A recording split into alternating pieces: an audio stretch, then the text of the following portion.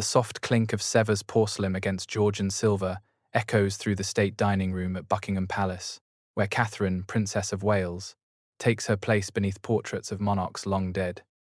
The table stretches before her, laden with delicacies that would make any gourmand weep with envy.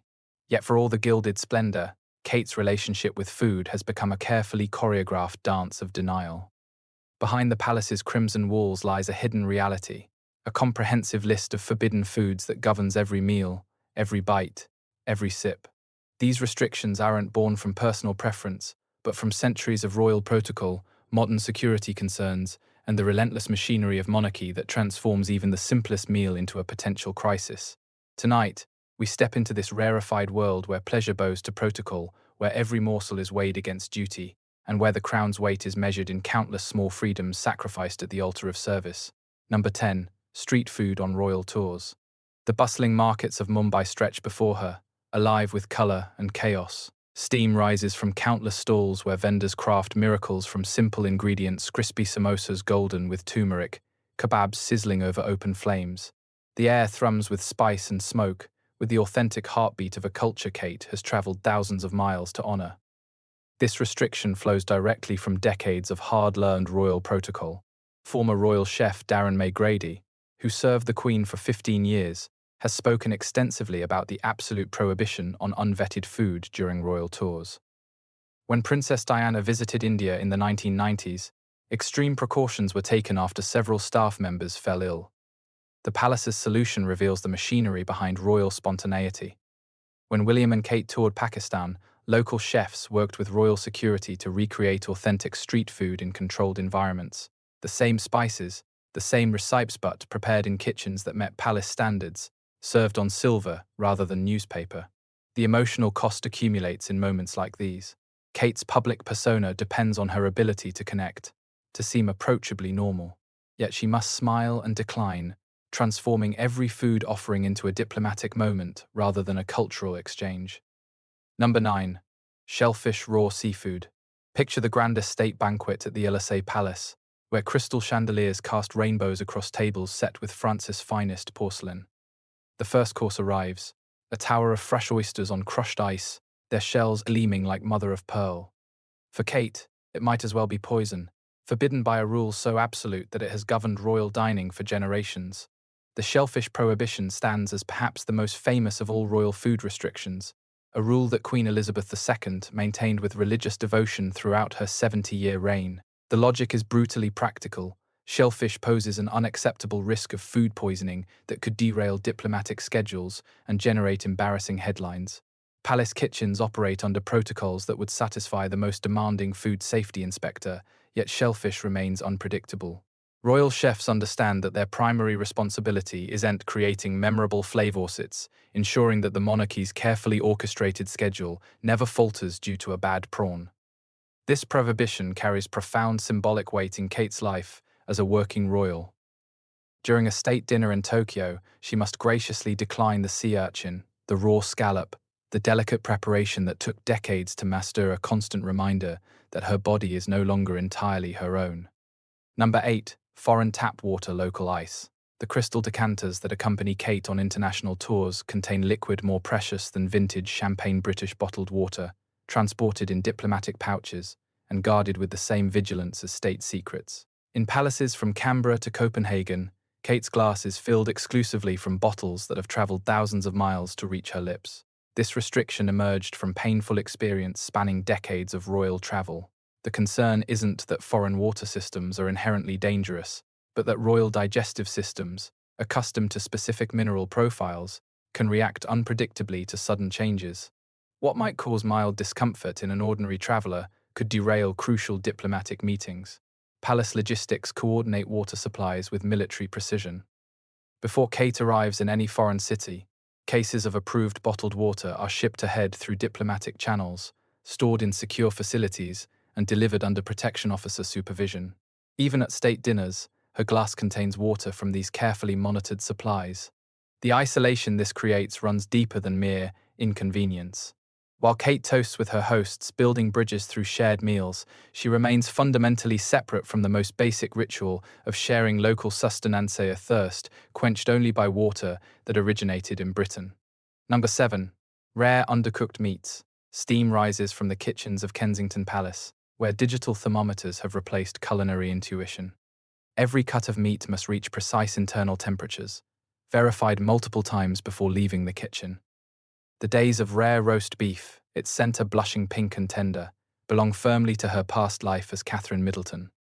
This restriction gained renewed emphasis following the BSE crisis of the 1990s, when British confidence in meat safety was severely shaken.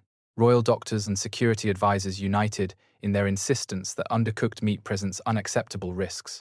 During Kate's pregnancies, these restrictions intensified further, eliminating cured meats and pâtés that might harbour listeria. The royal kitchens operate under standards that exceed those of Michelin-starred restaurants. Meat arrives from carefully vetted Sir Sandringham estate, select Scottish farms, providers who have served the crown for generations. Former royal chef Graham Newbold revealed that meat dishes for senior royals were invariably cooked well done.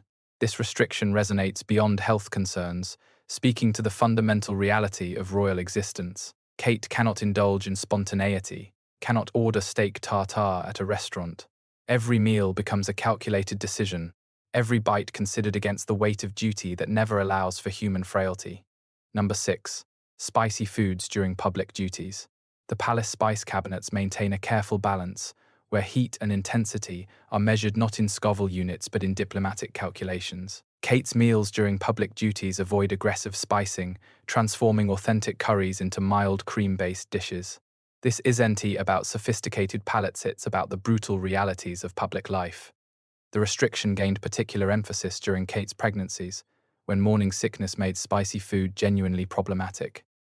Royal physicians advise bland, easily digestible meal standard guidance for expectant mothers, but enforced with palace-level precision. Even after giving birth, the habit of avoiding spicy food during public duties remained. Former royal chef Darren McGrady explained that when preparing Indian or Thai dishes for royal consumption, heat levels were dramatically reduced. Palace chefs focus on aromatic spices like cardamom and star anise rather than chilies and black pepper, mastering the art of suggestion-creating dishes that evoke traditional cuisines without their challenging aspects. This creates peculiar diplomatic challenges during international tours. When William and Kate visited India, local chefs spent weeks developing modified versions of regional specialties, adjusting heat levels while attempting to preserve cultural authenticity. Kate has perfected the art of gracious sampling while avoiding discomfort. Number 5. Foie gras. The banned delicacy sits conspicuously absent from royal menus, its rich, buttery presence erased from state banquets despite centuries of aristocratic tradition. Foie gras has become royal poison not from contamination, but from ethics.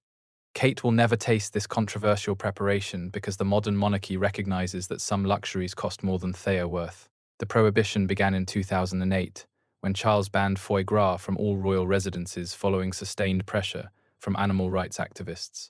The production method force-feeding ducks and geese had become increasingly controversial in Britain, where animal welfare enjoys passionate public support. Kate inherited a culinary landscape already transformed by ethical considerations.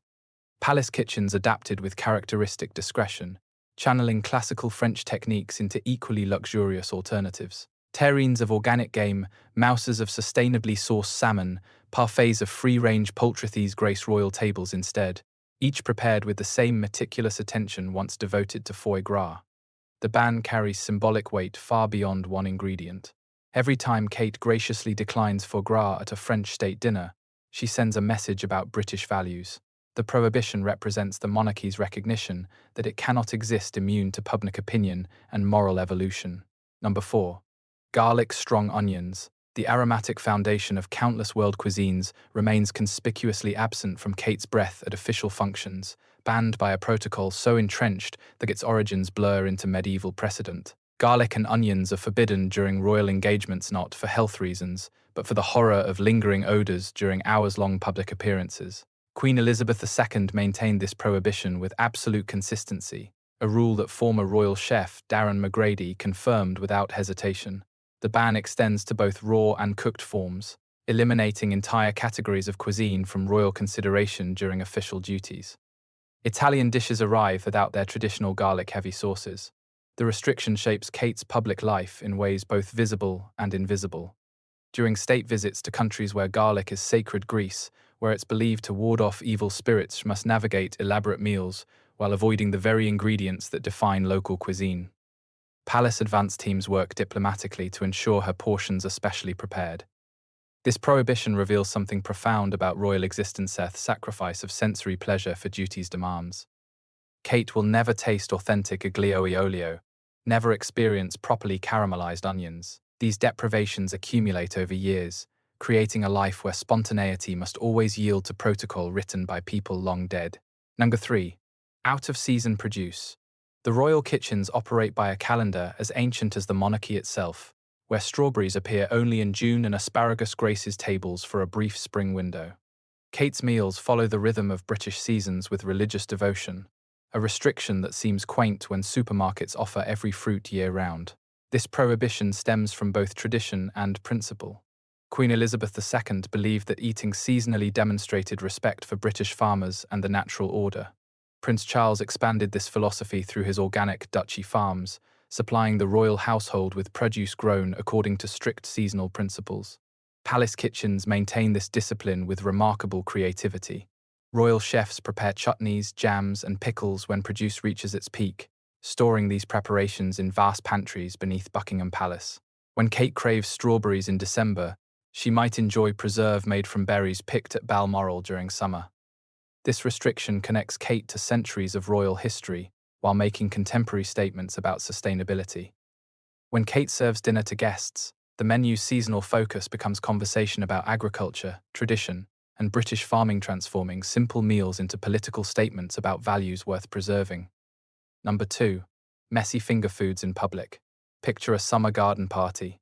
The scent of grilled burgers, the tug of melted cheese, the soft collapse of a bun under juicy meat. These are foods made for fingers, laughter, and the blissful abandonment of etiquette. They are also exactly what Kate is discouraged from eating in public, where every gesture is photographed. Royal etiquette, refined over generations, is built around control and composure. While there's no legal ban on burgers, William and Catherine enjoy such foods privately with their children. Formal spaces Kate inhabits require different standards. Charity receptions and state visits demand foods that can be consumed without risk of stains or unflattering photographs. Behind the scenes, palace chefs adapt everyday favorites into forms suitable for a princess. Burgers are deconstructed and served without buns, eaten with knife and fork. Pizza appears as elegant small discs with minimal toppings. Canapés are engineered for single, dignified Betesno dangling cheese, no crumbling pastry. This rule speaks to the loss of spontaneity that defines royal life. The simple joy of taking a ridiculous bite of a burger, sauce on fingers. That pleasure Kate must reserve for absolute privacy. In public, her food is edited, composed, engineered to survive scrutiny. Number 1. Wild mushrooms, foraged foods.